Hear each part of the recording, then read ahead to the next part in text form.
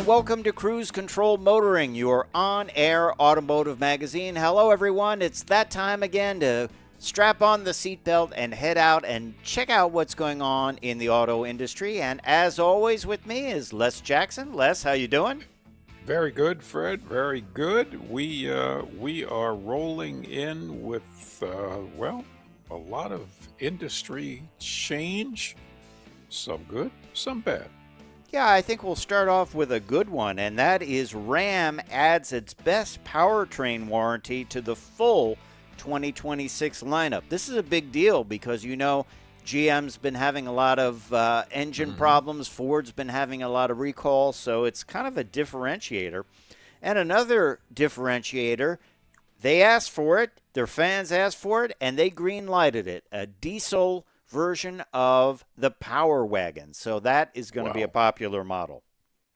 It will. Boy, we don't talk about diesels very often anymore. Not lately, no. But hey, that'll be fun. And is a $50,000 Honda Civic a reality? Well, stay tuned. Yeah. And, you know, we will talk a little bit more about affordability and how manufacturers are moving numbers around as well. There was supposed to be some testimony to the government about affordability, but that's been put off. So we'll talk a little bit about that. But a one-time popular Subaru model is in sales trouble. We'll tell you which one it is. And it was once the mighty model in their lineup, but sales were terrible on this model. Well, everything has a lifetime. Yep. You know? And over at Kia, they price out the K4 hatchback. A lot of people have been waiting for this. Yeah, it's a very cool hatchback model based yeah. around the K4, which is a great vehicle on its own. Looks great. Looks kind of station wagon-like if you look at it, but it is pretty slick. So you're right. I think a lot of people have been waiting for it, and it's pretty affordable too. And a lot going on at the CES show this week in Las Vegas. We're going to talk about Hyundai's robots and the Donut Lab cooking up the first production-ready solid-state battery. And BMW's getting conversational, especially when it comes to navigation. Not bad, not bad. But is this a bad move here? Ford ended production of the Escape crossover. What do you think? Was this a bad idea? Yeah, we're going to kick it around. Popular model, also built in the U.S., which meant it was eligible for some tax breaks on some of the loans people might take out for it. So we'll talk a little bit about that. And that's all coming up on this edition of Cruise Control Motoring. Les, what do you got for our first story? Well, let's go to Ram and talk about this powertrain warranty. This reminds me of back when, was it Ford that did the, it was Chrysler that did the first 5-year warranty back then. Yep. Anyway, they've got the best powertrain warranty in 2026. This is a big deal. People pay for better warranties, and you know you got to respect a company that's willing to take that kind of exposure. And what Ram is doing is copying Kia and Hyundai with a 10-year, 100,000-mile drivetrain warranty, of course, but the bumper-to-bumper initial warranty is still very, very good. So clearly, this is the best in segment. I mean, the other guys aren't anywhere near it. And what do you think? Can they handle this? I think they can. Their chassis and engines are really not giving them much problems. Yeah, you know, as I said in the open, I believe this is a shot across the bow to Ford and GM. Let's face it, GM has had big problems with their V8s, you know, basically having to replace the engine, destroy it. Ford has had the most recalls of any manufacturer, many of them on the That's right. F-150.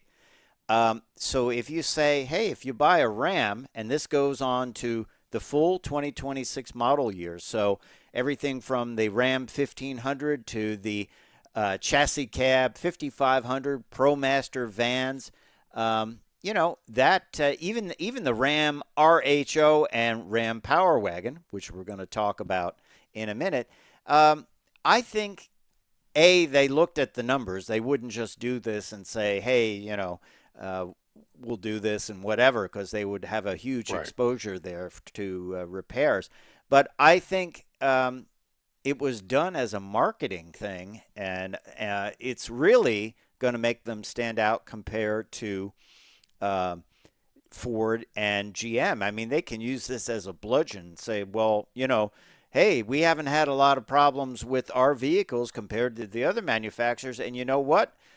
We're really going all in because we're saying we'll cover it. I mean, the idea to make these Yeah. warranties long is not to say, gee, we want to get more warranty work for the dealers. Um, it's to show that, hey, you buy our vehicle and it will be trouble free. Well, the other thing is, let's say I'm buying a truck, and I'm not quite sure whether I want a Ford or a Chevy or a Ram. Um, Frankly, there's my decision. I, Right. I'm going to buy because I'm not loyal to any one manufacturer. Okay, I'll get the Ram. I don't have to worry about the engine blowing up Right. for the next 10 years or 100,000 miles. So uh, I think this is a brilliant um, idea, and I think it'll pay off. Well, I mean, look at you called out Kia and Hyundai previously. Look at what they did. They kind of came out in my mind at the same time as the Yugo, and these were the two new Yes, yes, inexpensive brands that were introduced. And the Kias would rot away. They had all kinds of issues, and yes. they stepped up big in a big time with their warranty, which they have kept for many years now. I don't know how many years. Is it 30 years? It might be. It's close to 30 years, and in fact, Hyundai, and to a lesser extent Kia, has had a lot of engine failures because of some of the processing at one of their plants for a number of years, leaving microchips of metal in the castings. Never good. Um, Never good. And they've honored the warranties. They've replaced the engines. I have a friend who's on his third Hyundai engine in 60,000 miles. Yeah, you don't change the oil, you just change the engine. Yeah, yeah. So, but the fact is, this is a brilliant a brilliant thing to do. It's brilliant marketing. It certainly is counting on brilliant engineering, Yep. which it is. And I think the only thing that is excluded is fleets, right? I'm not sure about that. I'm not really sure about fleets. I know it's the full lineup though, uh, and we'll have to look into that. I'm not sure if fleets are excluded. But one vehicle that is included is a vehicle that apparently a lot of people wanted, and that is the brand new Power Wagon Cummins powered truck. And this is going to be a 2027 model. Uh, they asked for it. They say their customers asked for it, and they're getting it. It has the best in class 1,075 pound-foot of torque from that Mm. 6.7 liter Cummins high output turbo diesel. And it retains the title of the most off road capable full size pickup, offering front and rear electronic locking differentials, Bilstein shocks, extensive underbody protection, class exclusive 5-link coil suspension, hill descent control, and accessories from Mopar such as rock rails and a disconnecting front stabilizer bar. Uh, yeah, this is not going to be cheap, is it? I'm sure. It is no, it's not going to be cheap. And isn't it interesting that the Power Wagon just happened to be engineered to where the Cummins diesel would fit? Yes, yes. Because these people are thinking ahead. Have you ever driven a Power Wagon? Absolutely. I drove a Power Wagon at an event where the guy said, just make a right turn up here. And I was like, I just see trees and brush. He goes, yeah, turn right. And I said, but there's no road there. And he said, yeah, just Yeah. kind of push through there. I said, really? Okay. And I said, it's your truck, Okay. but I would. He said, don't worry about it. Just drive. We literally drove. It was like purposely driving off the road, and it went through it. It went through it. You will go through Uh, some money for this, though. Uh, listen, you're gonna, yes. I believe they start at 88,000, and it's gonna go real high after that. 88,470. That does include destination. Hmm. But that is a large number for a large truck, and this is something people wanted.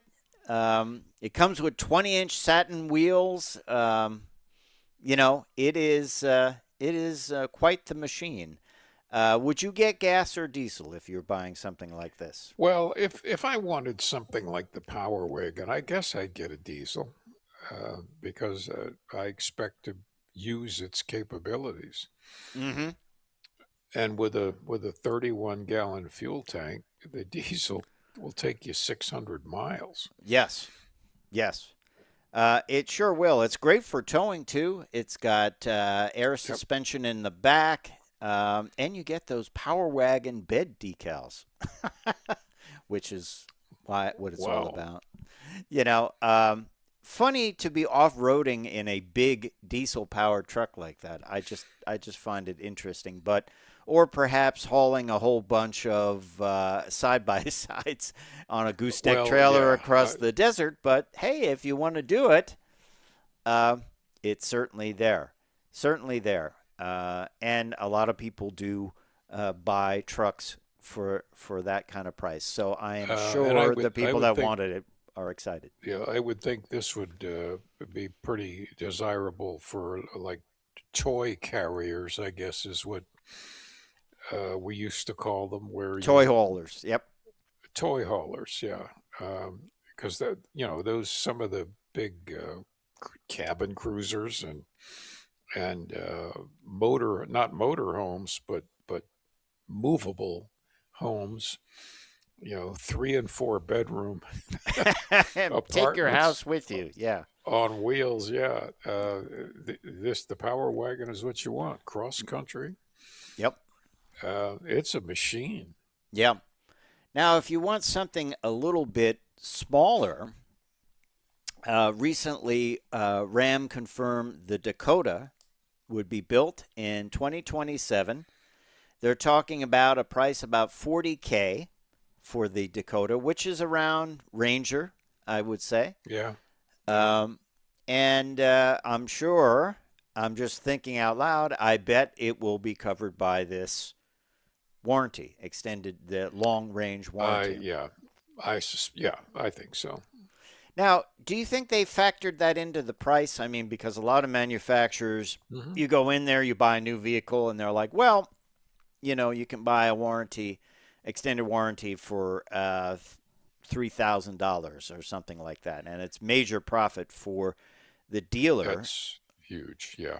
Do you think this has been factored into the price? Certainly at Well, 88,000 for the big Power Wagon, there's plenty of meat on the bone there to handle well, something when like that. one of the things in manufacturing that you always do when you come up with what the sales price is going to be on whatever it is, a blender or a TV, you always factor in the warranty exposure. Right. The cost of marketing and the R&D and all that, and the warranty exposure, which sometimes can be about 10% of the price. on super technical things. So yeah, I think this has a fair amount to do with the base price. And as you said, you allow the dealers to make more money by selling yet an extended warranty. Yeah, and I don't know how much more you'd want to extend it beyond 100,000 miles, but I'm sure they'll find something to sell you. Oh yeah, they'll find something. Talking about something to sell you, how about a $50,000 Honda Civic? You have that story. Is it a reality? It's very close to it, apparently. It is actually. It's the Civic Type R. Okay, high performance, a blast to drive. Right? Oh yeah, It's, absolutely. Manual transmission. it's you get in it and you grin like a high school sophomore, um, and then you act like a high school sophomore. But please, that's only a suggestion. So it is expensive. It has risen to $48,090. This is a Honda Civic. Right, It's now there's a tremendous amount of engineering in it. right. Okay, we're not denying that. Is much different than a standard Civic, but it's And $48,000, and it's which still a Civic. I mean, you think yeah, about it's a about Civic. it. It's sort of like the a Golf R, which is about 50,730, which is an incredible machine, but it is still a Golf, isn't it? Right. So, uh, but what do you think? $50,000 too much, or Well, here's is the it thing. just what the price is these days? That's what the price is. So, okay, so now I want to go buy a hot hatchback, Mm-hmm. a really hot hatchback. So, should I get a Civic Type R or a Golf R or a WRX? Mm-hmm. Um, okay, I'm going to eliminate the WRX Apparently, because, apparently, a lot of people have. We have a story coming up about that right after this one. But yeah, go ahead. well, it just doesn't seem to have the strength, throw your head back in the seat type Mm-hmm. Mm-hmm. uh, performance the others do. So Volkswagen or Honda, I would take the Golf R because it's more comfortable. Um, I don't think either It's one is more more practical fun. from the shape It's of more it. practical. Yeah. I think it looks better. Mm-hmm. And I don't believe either one is demonstrably better than the other. Mm-hmm. So yeah, I don't think the Civic is going to get me or the a typical buyer, certainly on price, but but but now, and I haven't really tried a GR Corolla. I I have. have my doubts. Well, what It's would it's what would pretty you pick? stout. I would probably take the. I'd still take the Golf. I like that because I feel like I'm driving on the autobahn when I'm in Yeah, one of yeah, those. yeah. Um, and I've driven Golf R's and Hmm. R32s, the predecessor, and they're fun to get um off the highway on those twisty turns, those exit ramps, and you don't have to slow down. The thing feels Yeah. glued down. There's So just something integrated about the Golf that yeah, and the GTI is is great appealing. too. The GTI is Yeah. great with front wheel drive. I find I would be glad to own one of them. They're a fun little car. So well, let's move on to our story about the WRX. We were talking a little bit about that, and it had a very bad sales year in Yeah. 2025. Oh, yes. About 9 years ago, Subaru used to sell about 31,000 WRXs a year. Last year, they didn't even move 11,000. Let's kick this around Mm. and see why that is. So you don't like numbers like this if you're a car manufacturer. Uh, in 2025, sales were down 41.2% from the 2024 figure. That's terrible. That's not good. That is not good. Now, my feeling is I drove this and I liked it, but my feeling is it might not have enough differentiation to make this really a performance car. It kind of feels like, you know how the Ford would have the RS and then they'd have the ST, where the ST was Hmm. nice, it had some wheels and that, but it wasn't the full deal. And somehow the WRX, I think, needs more performance. It's still a great car, and I still love driving it. And I thought, yeah, I could live with this. It's a fun car, but it may be more looks than performance nowadays. Um, Yeah, it I it does need more performance. Just seems more leisurely yeah, than the other ones, and I think that a lot has to do with the horizontally opposed engine. They're inherently less torque. But the other thing is the overall market for hot hatchbacks slowing down. I don't know. Probably I don't everyone wants either. a performance SUV. They don't want a sedan Exactly. type Yeah. type vehicle. It's still a great looking vehicle. I just don't know. It's sort of got lost in their lineup. It's who knows? I mean, is it still popular in rally racing? I would imagine it is, right?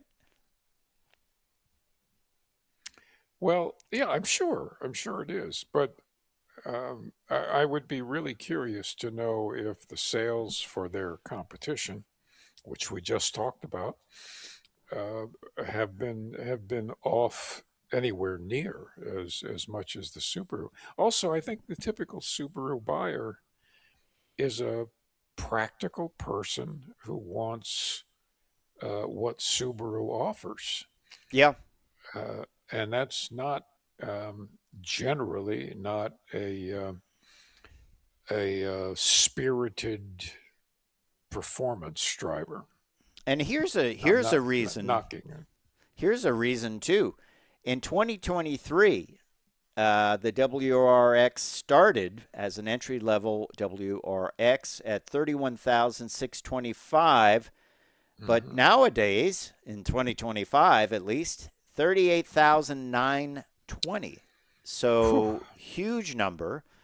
Um, we have not gotten the STI in the US, which I think a lot of people would buy, but we don't get that. So I think a lot of people are not seeing the performance level that they want for that kind of price, because now you can get a lot more performance, a lot more horsepower for around $40,000. I mean, it's you can't get you can't get the Civic Type R, but you can get other No. performance vehicles. And they're just newer, more performance oriented vehicles like the GR Corolla you mentioned and others. So I think it's just not enough of a standout for performance. And it's unfortunate because it's a great car, it drives well.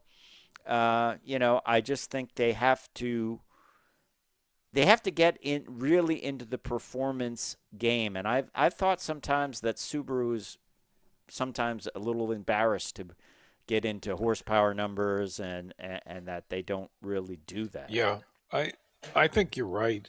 Also, when your sales are down 41%, when they were 32% a year ago, and they've just been going down, I think you just have to admit, okay, it's time to stop offering this. Mm-hmm. Um, we're not. Which would It's be not a. which would be huge for Subaru to not have a Yeah, it's WRX. just not. It's hard to make a a marketing presentation to the bosses that this is something worth building. So Right. Right. uh, I just think maybe it's seen its best times. Or do you drop the regular WRX and build the STI, bring that in and build Well, something head you ripping, could do that. Yeah. I don't know. We'll see. What do you think? Let us know in the comments. What should happen to the WRX? That's an all-time low number. As we said last year, they couldn't even sell 11,000 of them. So Yeah. that puts it right next to the BRX. Maybe performance Subarus don't sell anymore in general. Uh, Maybe so. I don't know. Well, here's a vehicle that unfortunately we thought would be a big hit, but the price, I think, is what knocked it down. VW calls off the 2026 ID Buzz in the U.S., so they're taking a break from this. But, it was just too expensive for people, as many Yeah. electric cars are. Great vehicle, interesting looking vehicle. But it's just not selling. And they have enough. It's funny. Was out driving and I saw a small car carrier with three of them on there headed to dealers in a variety of colors. They say it remains an important part of the portfolio, and they want to be clear. This is according to Kjell Gruner, president and CEO of Volkswagen Group America. They want to be clear they are not canceling the product in the U.S. They are optimizing inventory. So Optimizing. Okay. that means we're burning through the ones that are already there. Exactly. Because we're not going to add, like, we probably have a 600-day supply, and we're not going to add more to that by just crazily building them. The good thing is this is a vehicle that probably won't change much at all in 1 year, and people like No. it for the exterior looks. So I wonder how many are on the ground. I'm sure there's a lot of them. I've seen probably a half a dozen of them this past year on the roads locally. Mm-hmm. And in fact, I saw one on Sunday or Monday, and he had decorated it in paisleys. Oh, wow. Oh yeah, and Old school. on the back window, and I realized later on, he had a little sign nicely lettered, and it just said "might have been," Might and have I been. think he was referring to the fact that they're not going to be selling them for a while. Oh, interesting. Yeah, Interesting. Yeah, I think it's a smart move not to just build them up on the dealers' lots and have to say, hey, you got 50 of yeah, them. I'll give you XYZ for it. Um, I don't know. I mean, they want to keep it as a premium vehicle. They just don't, the demand's not there. It suffers from a high price, low range. It's an EV, so there's a lot going against it. Yet, I have a friend that wanted to buy one and they could never get his color. He was going to wrap it to get the color oh man. combination. But I think, Let me ask you as a car guru, oh, uh, what do you think they would have been better off offering it as a battery electric and a hybrid? I think anything they could have done to get the price down because I know a lot of Yeah, people wanted to buy it, but absolutely. They love it. they, They- and I remember talking to people in the office about it, and they were all excited. And I said, I think it's going to be more expensive than you think it will be. Oh no, yeah. I think it will be around $40,000. And I Well, said that'd be around. nice once it's used for 5 years, maybe, but I don't think it's going to be. And I think some people were caught off guard. They wanted to have that nostalgia, but when they realized what it was going to cost them, they're like, wow. So yes, Yeah. I No, think if they could have made some less expensive versions, it would have been yeah, good. I think a hybrid, probably $25,000 less, um, would have taken off, because you're getting kind of almost the same benefits Yeah. in efficiency and mileage, and it's it's just cool.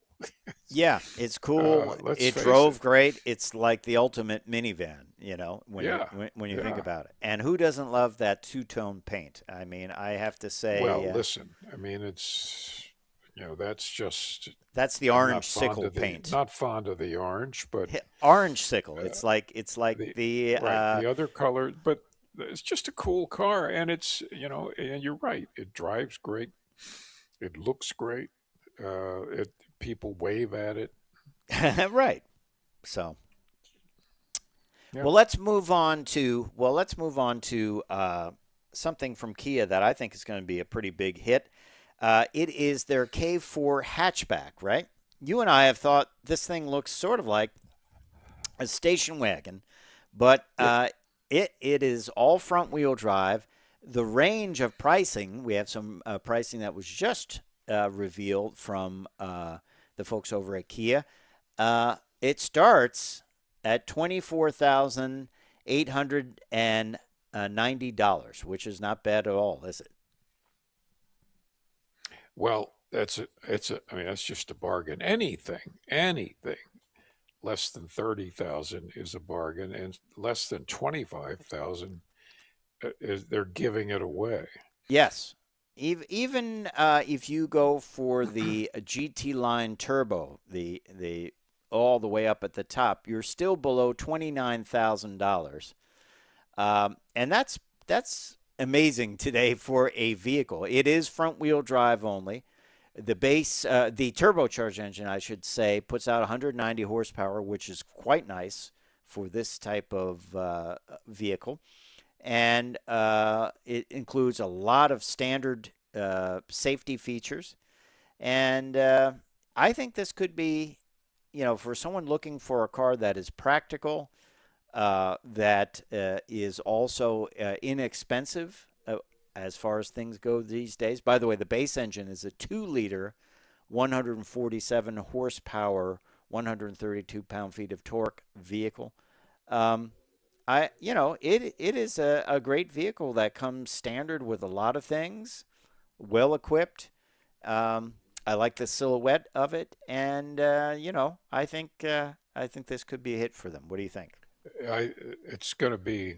It is already a highly desirable car. It's my gosh, a GT line turbo for 28,790. I mean, Yeah, that's a lot of car, that's a and lot of car for that money, and and being a they Kia, they it's going to be pack. well equipped.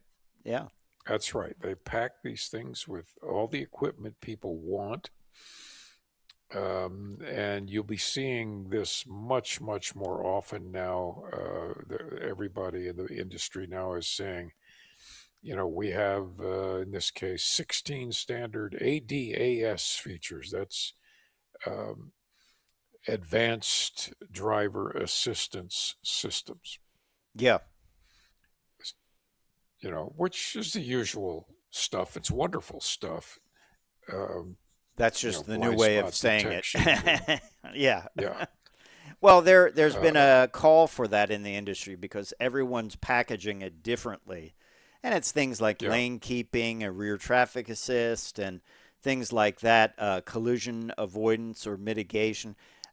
Yep. So they're just typically marketed under the manufacturer's names, and they now they're kind of making that a little bit more standard. Hey, while we're on affordable cars, relatively affordable, let's talk about the 2026 Honda Accord, a great vehicle. It is a sedan. We recall those things. And there's some good news for 2026 standard now. Every Accord gets a large touchscreen with wireless Apple CarPlay and Android Auto and a wireless phone charger. The turbocharged Accord SE adds a new, larger 19-inch alloy wheels and tires. And the Mm-hmm. Accord Sport Hybrid gains black window trim and black badging, so little updates here and there. And the Accord Hybrid electric models represent over 50% of Accord sales. This is a pretty high Wow. mileage, big vehicle. Now, let's talk about pricing on this. All of these, I'll give you the pricing with the 1,195 destination charge. You can get into an LX base model for 29,590. Also not bad these days. The SE with a 1.5 CVT, that's 31,890. And then you can jump into the hybrid, the Sport Hybrid, which could be a really nice car that does not break the bank with the MSRP. With the MSRP with the destination is $34,990, well under the average $50,000 price for a new car. Yeah, that's right. And the EXL hybrid is just a little more than that, 36,290. I think this will be the sweet spot because Look at the mileage on that, very, 51 very city. high mileage. Yeah, Yeah. for a big Uh, car. I think this is what I would choose if I were Okay. out buying right now. And then you can go up to the Sport L hybrid. All the upper level um, trims are hybrid. So you can go up to the Sport L hybrid, which is 36,680. And then Touring at the top of the range is 40,645. So, the range is not bad at all. And those prices include destination. And they're typically well equipped too, Hondas, aren't they? They are.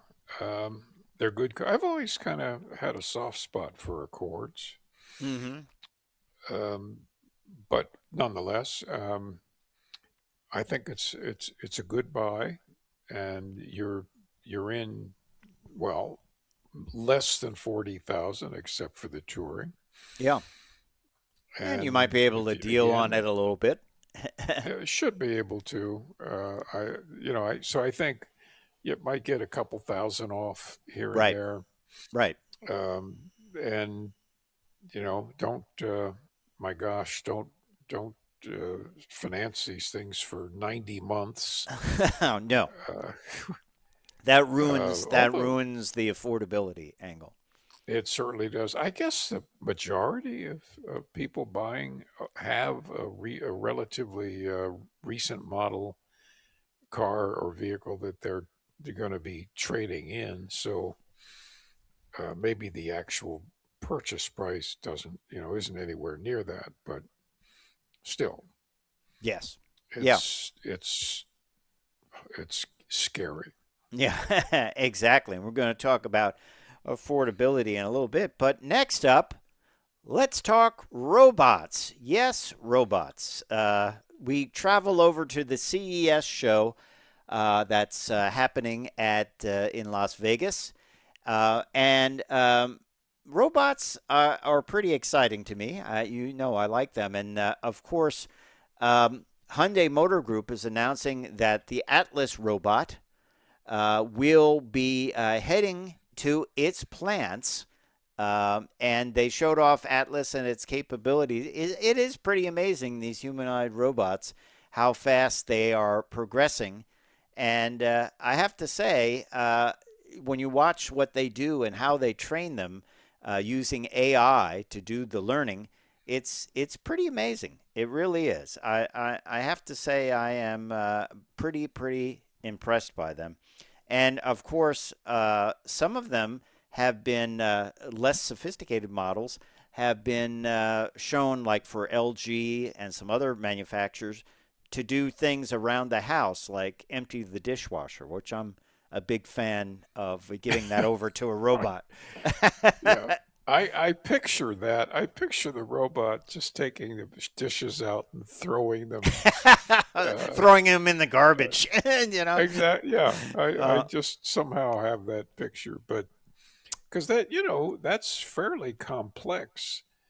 You've got to know which cabinet the dishes go in, which one the Right. glasses go in. They showed it folding laundry. That's fine by me. It can fold laundry for me too. But it's all happening. Boston Dynamics, of course, is now owned by Hyundai, and it really makes sense for them. It's actually a good company to own them because they do a lot of things, and besides building cars, and I think you know, seeing this and seeing them in plants. Uh, I think you're going to see this become like a regular thing in our lifetime of walking around. You will see robots doing their thing, sort of like the Jetsons, Rosie. Well, sort. Yes, and there's a lot of automotive things going on, including solid state batteries. Solid state batteries have the potential to completely revolutionize electric vehicles, meaning that in the case of what we're going to talk about here, they're talking about charging cars fully in 5 minutes with a solid state battery and Yep. no fire risk, absolutely solid state, no gels or anything like that. And comes from a company called Donut Lab. You might remember them. They came up with a circular motor that can be mounted on the wheel. It's being used already on electric motorcycles and some other vehicles. And that was revolutionary. This is the next step in their plan to basically build electric powertrains. And it is the world's first solid state powered EV, they say, is imminent. And these solid state batteries are real. They are production ready. They can recharge fully in 5 minutes. And it offers double Tesla's energy density, a much longer lifespan, and operates in extreme temperatures, less affected by that. Verge Motorcycles will launch the first all solid state EV, extending range and reducing charging time. Interesting stuff. It is interesting stuff. We've been leaning toward this for a number of years. They will not be the last company making solid state batteries. I'm sure everybody in the field is jumping on it, and this is the game changer. Once you get this, then an EV loses its range anxiety problem. Or cold temperatures, or Or cold even temperatures, yeah. fire issues, where you can't put the fire out. Do you think when these type of things come out that the older electric cars will be just found to be not safe enough to be on the road, and they'll be worthless, Um, basically, right? yeah, I think, yeah, they'll have no value. And they'll be around for a while because there's always somebody that keeps them around. But yeah, uh, it'll be too expensive to replace the batteries in them. Yeah, no, but So they just, why bother? And once again, it's not yeah, just electric cars, because think about this. These batteries are smaller, they're lighter, they're higher energy density. Plug-in hybrids, extended range electric yep. vehicles where maybe the engine runs for 5-10 minutes and it recharges the battery. Who knows? There's a lot of things. Cell phones. Why does it take so long Yep. to charge a cell phone? You should be able to put it down on something and it's charged. And it will Well, be.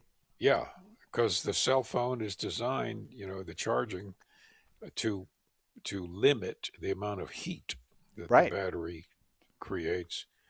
But if you could get rid of that, you should be able to charge it, like a minute. Well, another story from CES this week, Les, is human interaction, the BMW Intelligent Personal Assistant. And this is something we're going to see spread out across the auto industry. you're going to be able to talk in real language, natural dialogue with your AI assistant. This is debuting in the BMW iX3. It will be available in Germany and the U.S. at the market launch in 2026. The idea is you're going to speak in natural language. So you can say, hey, I want to go, even though that route is longer than the last route you recommended, I like going that way because I don't like going over the bridge. So that's the type way you'll talk. You will talk in That's a very great. natural way. Matter of fact, if you talk in the old way that you used to the navigation for voice recognition, it won't understand it. So you have to talk in a very natural way to this. And I think back to some of the early voice recognition systems where you had to say it in a very particular way. If you say navigate to XYZ, it would understand it. If you say go to XYZ, it would be like, I don't Yeah, understand. yeah. Or or even worse, go to, and then you have to say XYZ, and it says, you know, yes, routing to B. Yeah, yeah, it would And always get it wrong. Yes, yeah, I oh also yeah, liked tune radio to 100 point something, and it would say turning on heat. yes, that happened to me. And yeah, start engine, and I had the thing put the top down. Yeah, Uh, I, how do you it, wa- talk to a it, car when? wasn't even close. This is all Yeah, based around Amazon's Alexa Plus architecture, and it will be integrated in, as I said, into the iX3. And look for this. This is going to be spreading out throughout the auto industry because if you don't have it, your system will be, kind of out of date. Kind of out of date. So. right. Hey, let's talk about the Ford Escape. I like the Ford Escape. I always thought it was a nice little vehicle. Of course, the Ford Escape shares the platform with the Ford Bronco Sport. And at the end of last year, they stopped building the Ford Escape. And a lot of people are wondering, especially dealers, was this dumb? Because it could cost them half of their small crossover sales. Some people don't want the Bronco. It sits too high, the No, Bronco Sport. that's They right. they want something that, is car-like but also crossover-like. Um, they discontinue this just before Christmas of this year. Um, I never understood it. This is made or was made in the U.S., which I thought was great.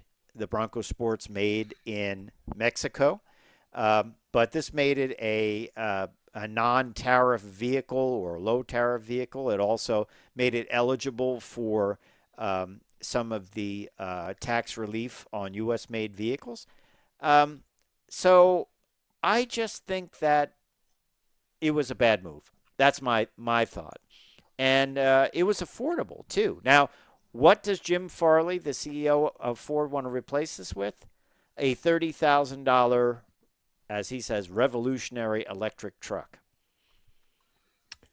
I I think don't that know. I think this was a bad move. I think it's a, I think it's a premature move. I think first of all, they sold 139,000 Hey, escapes last year. that's great. Why you would kill off a product with that much in sales, I assess abruptly. I don't quite understand. I don't, and I also don't think a $30,000 EV is going to sell the same number. It's a truck. Maybe people don't want a truck. And this was a hybrid, offered a hybrid model as well. I think they should have. I think they should have gone after the Crosstrek market. They should have updated it. They should have made an off-roady version of it, like a Timberline version of it, and they should have updated it a little bit. It needed more updating, I think. It kind of got to be an ignored product. But a lot of people drive them and they love them. And not everyone wants a big truck. I know they think that sometimes at Ford, everyone wants a big truck, but not everyone does. And I That's think they right. could have designed it so it was less bland and had some more special editions. And I think it would have been a great vehicle. It was more car-like, which I think they need a product like that in their lineup. So big mistake, Les Jackson. What do you think? I think it is. Uh, we'll know in about a year. And I hope that they're positioned to be able to come back if it's a bust. But you never know what they've got up their sleeve. Yeah. Now Bronco Sports, which sell well for them, and they're very happy with this. Bronco They Sports sell well. sales were 134,439 in 2025, and as you said, 139,387 Ford Escapes. That you combine the two, that's pretty nice. And I don't Oh, yeah. think you're gonna keep that $139,000, 139,387 units again in 2025. They're not all going to buy Bronco Sports No, because they're not. some people don't fit in vehicles like that. They just feel uncomfortable sitting that high and in a truck-like stance. So I don't know. I don't know why they did this. And frankly, people would say, well, you don't have any cars, and that this sort of was like a car. So I would think I would keep it around. I would have updated it. Did some special Yeah. editions, an off-roady version of it. Um, This could be, well, Jim Farley is pretty astute, but he has made mistakes. And this could be the one that gets him shunted away. shunt it away. It sounds like he's in an electrical panel or something like that. Yeah. But well, let's talk a little bit about affordability. And a matter of fact, Jim Farley was supposed to testify in front of Congress about affordability of vehicles, but he decided not to, which got him heckled a bit. Hmm. Because I would have said, well, you had an affordable Ford Escape. Why'd you? And it was a hybrid. Why'd you get rid of that? Do you think anyone would ask a question like that? They should let us ask him questions. What do you think? Uh, no, not in Congress. That would be a real question though. Like, why did you? That would be a knowledgeable question. And Yes. yeah, It would be like if electric vehicles aren't popular and you're making a small truck to replace this Escape, why would you make something that's not popular to replace something that is popular when you had good sales and it was yeah, relatively affordable and offered kind of like a family vehicle? So he said, I don't want to make vehicles that are just, also runs. They're not exciting. I want everything to be a Raptor. And it's yeah. not. Sometimes you need to make the basic appliance, I think, to get You it done. do. So, You let know, yeah. Sometimes you just have to. You have to do that. Most people, some people just want a toaster. They Right. don't want an air fryer. They don't want a toaster oven. They don't want all of that. They just want a toaster. Exactly. And somebody is going to make money selling them toasters. Yes. Exactly. Sometimes you have to sell a toaster, but even with a toaster, you have to get it there. There's a shipping fee or a Yep. destination fee. Interesting article about destination fees. And you and I have talked about this. It is sort of a slush fund for manufacturers to keep the price low. So I can say, hey, well, the average price is 50 grand, but hey, look, This is on sale for 44 grand. Oh, but the destination. And in the case of Chevrolet and GMC have raised their destinations more than anyone in 2025. So Chevrolet and GM raised their fees. It is now $2,795 on some of their larger. I'll see. I've had an attitude about destination fees for a couple of years now. Because you can't say I'm not paying that. You have to pay well, it. No, you can't. You can't. And but my friend and I restore cars, and we're buying and selling occasionally vehicles.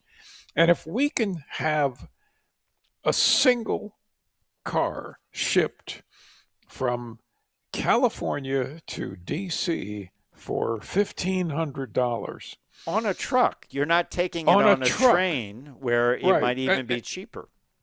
Right. And how come General Motors can't ship 1,000 of them on a train for less than $2,000 plus? That's absurd. It's costing them maybe, in quantities like that, it's costing them maybe $500 or $600 per vehicle. Why are they charging the public so much money? And it's, as you said, it's slush just fund. A way. It's a slush fund. It's and why isn't that being investigated? And I'll factor this in. Remember, there was a story in 2025 how they had the company that transported the vehicles off of the rails and they transfer them from rail cars onto car carriers and brought them to the dealer. Remember, I think it was one company that had done it for like 50 years, and then suddenly they were fired, which meant probably now they have a company doing it for even less. And, maybe there was savings there. So their costs went down, but they raised the price. GM is charging more than Rolls-Royce charges for a Cullinan from England. So basically, some of these vehicles are built in the U.S., and the destination charge is more than vehicles coming from Europe. So it's not really a destination fee for moving the vehicle around. It is a fund for other things, right? Yeah. Now, it's very profitable. Now, another way vehicles are being made more affordable. Interesting story from Ford. Their Mach-E is being decontented. This was reported by Electric. The Mustang Mach-E is being decontented in a unique way. They're taking out the frunk, so the plastic bin in the front, and I guess they just put a closeout panel over it if you don't get it. If you want it, you have to pay $1,000 more. $1,000? Yeah. For basically a plastic bucket. A bin. A bin. Yes. A bin. Yes. I would say, I would I'd go to Home Depot. Yeah. And buy a bin. That's, well. Oh, well, somebody on Amazon, if they do that, they'll say, hey, you could order this for $1,000 from Ford, or you can buy it for $29.95. That's exactly right. And unscrew 2 screws and screw it in, But decontenting, I think, never wins, And on top of that, another affordability story, it was a good article about how car manufacturers are not giving up on subscriptions for things like heated seats and other things, remote start. They're not giving up on this. They really, really, really want it. And I think if you're buying a vehicle for $50,000 and then somebody's hitting you up for a monthly fee after that, not related to buying the car, but they're hitting you up. Like, for example, Volkswagen in Europe is if you pay a subscription, your vehicle will go faster, like the ID4s and things like that. They keep pushing this. They really do. As they call it, there was the BMW heated seat controversy where they wanted to charge you for heated seats. That's just so tacky. Yes. Well, like I say, you're spending over 50 grand for a vehicle. Do you want to now say, oh, yeah, you have to spend $100 a month for whatever, right? Well, that's right. Unless we want to say rest in peace to an inventor, James Moylan, an automotive inventor. He worked for Ford and developed something very simple but very useful. And it is called the Moylan Arrow. And basically that means when you go to fill up at the gas station, it will show you where the fill is, which side it's on. And it is just a little arrow. Apparently, when he was driving fleet cars or on trips for Ford, he would basically go to fill up, and then he'd be like, nope, it's on the other side. Now I have to jockey around in the tight gas station and get to the right side the fill is on. He sent a note. Back then, when he sent it, it wasn't an email. It was actually typed a note to his boss. He didn't want anything for it, didn't want to own it, the idea, but he said, I just think this is a simple change. And he suggested a car with a gas flap, and apparently they just said, well, let's just make it an arrow and keep it simple. Right. I think that's a simple, great ide. A lot of people don't know about it, believe it or not. But no, I run into people constantly who complain. Well, I always forget which side. Well, why don't you look at your gas gauge? You'll see an arrow pointing. Oh, is that what that's for? Yes. Yeah. It is. Yeah. Interesting story, though, for a guy that basically said, hey, I think we could do this easily and make it easier to use. Also, I found out, I did not know this, in most cars, when the gauge goes to empty and the pointer is down on the E, that also should point to the side that the fill is on. So most cars, I did not know that. I did not know that. I just went with the Moylan Arrow. But I always thought that was a good thing. And yes, so he passed away recently at the age of 80.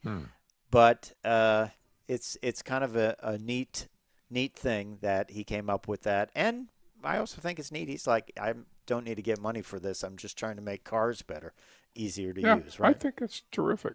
Hey, I hope you've enjoyed this edition of Cruise Control Motoring. Don't forget to give us a like or a follow or subscribe on all our social media. It helps us out. Time for me to say I'm Fred Staab. I'm Les Jackson. We are going to see you down the road.